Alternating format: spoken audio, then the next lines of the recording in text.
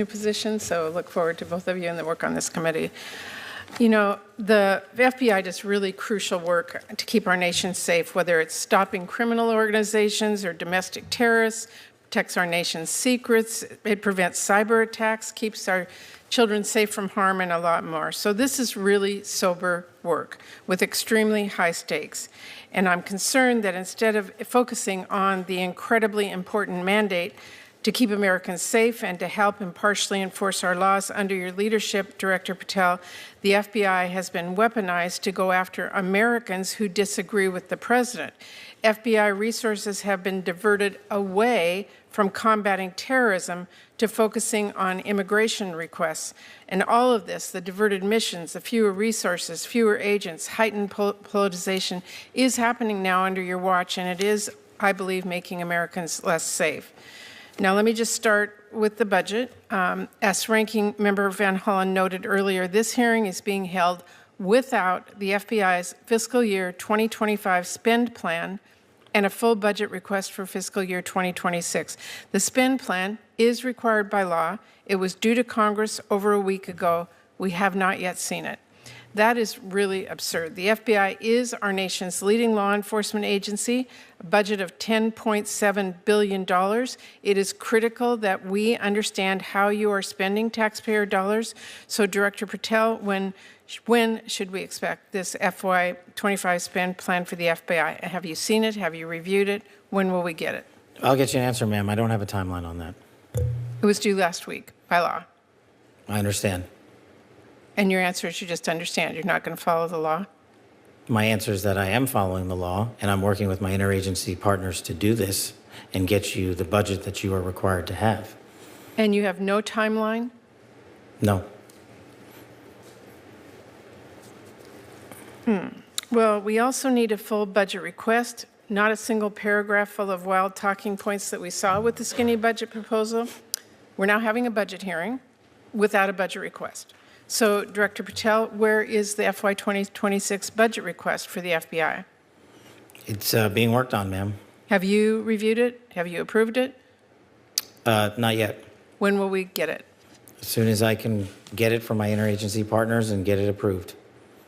6 months from now? I don't know, ma'am. I'm not going to make up a timeline. Well, how do we as Congress do our budget and our work without that request and without the spend plan? Well, ma'am, I'm here. I'm doing the care. best I can. I can't make up answers. I'm going to commit to you to work on getting you the information you need. That is insufficient and deeply disturbing. No response? I've given my response. Well, the FBI is already down 1,900 employees since 2023 as a direct result of the Fiscal Responsibility Act. And under the Trump administration, FBI agents, analysts, linguists, cyber experts, and scientists are being asked to do a lot more in order to keep us safe. Director Patel, we all know that budget cuts will reduce the FBI's ability to counter threats of terrorism, and it will hinder its ability to keep pace with firearm background checks and shutter operations that combat violent crime, drugs, gangs, and transnational organized crime. Now, I understand that you told our House colleagues yesterday that you don't want to reduce the FBI workforce, meaning that you disagree with what President Trump is proposing? No, I agree that we can sustain the mission with the proposed budget, and I agree with the budget. And as I said yesterday, I believe that what I said was I can do more with more. And I gave examples of what more we could do if we were given more. Well, it's different than what you told the House yesterday. So what are you communicating to the President and the White House about what you need? And again, we don't have a budget request from you, so I'm not sure what you're asking us for. I'm not asking you for anything at this time. You can operate without a budget? I never said that. Well, this is unprecedented. Okay, well, let me just go to another topic since you're not going to answer that. The FBI partners with state, local, and tribal law enforcement organizations. They provide critical intelligence and operational capabilities to combat violent crime and gangs and terrorist threats, fentanyl trafficking, challenges that our local communities really can't face alone. I'm going to give you an example. A few years ago, the Southeast Washington Safe Streets FBI Task Force worked with our Benton County and Franklin County Sheriff's Office multiple Tri-Cities police departments, and the State Corrections Department to carry out one of the largest ever drug seizures in the region's history. Now we've got an administration already cutting more than $800 million in assistance in 2025 to local law enforcement organizations while proposing a $500 million cut for the FBI. Director Patel, can you explain to this committee how cutting resources for our local law enforcement partner agencies the FBI relies on to help your bureau keep safe? How do you expect the FBI and local law enforcement to do more without those significant resources they need? The FBI will continue to do what it does, which is work with embedded state and local law enforcement officers in our Joint Terrorism Task Force, in our Safe Streets Task Force, in our gang task forces. Those are a priority. Those billets have been maintained. Those billets have not been reduced. And with my reorientation, reprogramming that we've notified Congress to, you will see an augmentation in the field in every single state in this country. Well, again, we need to see the numbers and we need to see that budget from you. Let me ask you about the NICS system. The FBI is really on the front lines of keeping guns out of the hands of very dangerous criminals. The NICS serves a really critical role in enhancing national security and public safety by conducting background checks. You know this. They are supported by the vast majority of American people, and I wanted to ask you this morning, will you commit to continuing to fund and run the FBI background check system? Yes. Thank you. I want to ask one final question here, Mr. Chairman. I want to talk again about how the FBI is focusing its resources. President Trump has turned the Department of Justice into a tool to go after his perceived enemies, and many of the actions we have now seen at the FBI are alarming. The FBI has reassigned and pushed out career FBI agents for political reasons. We have seen fear and intimidation promoted throughout the Bureau, including by polygraphing your own staff. We've seen the arrest of a sitting judge in Wisconsin, and during your confirmation hearing, you committed that there would be no politicization, no retribution at the FBI under your leadership.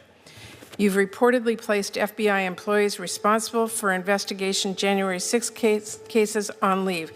Is that keeping up your promise of no politicization, no retribution?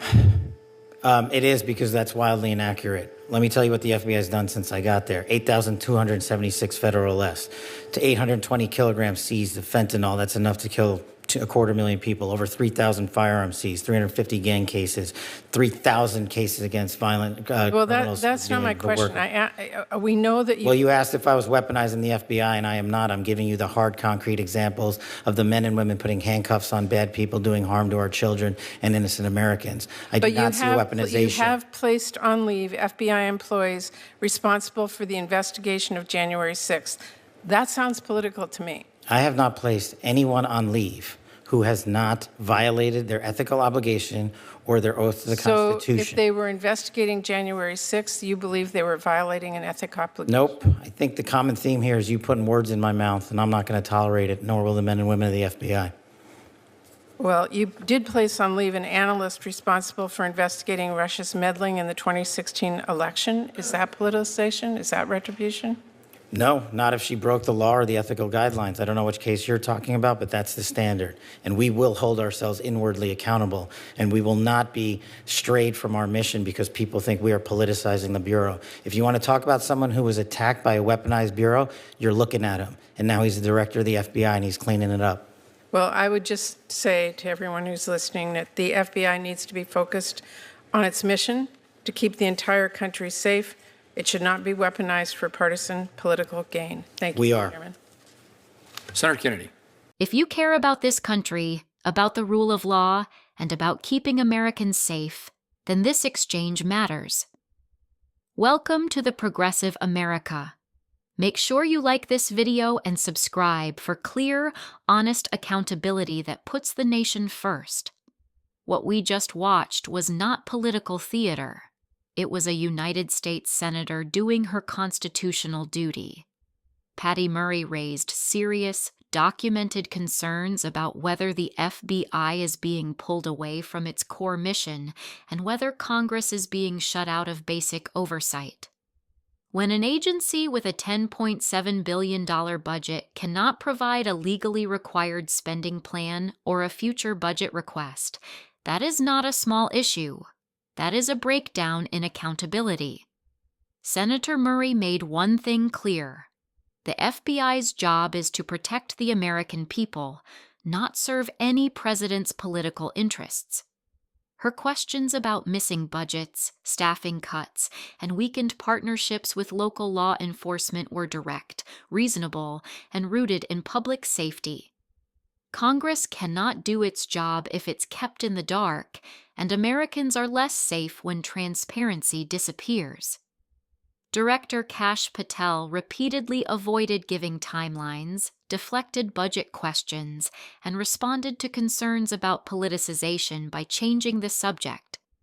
If you believe accountability makes our country stronger, like this video, subscribe to the Progressive America and stay engaged, because democracy only works when we pay attention.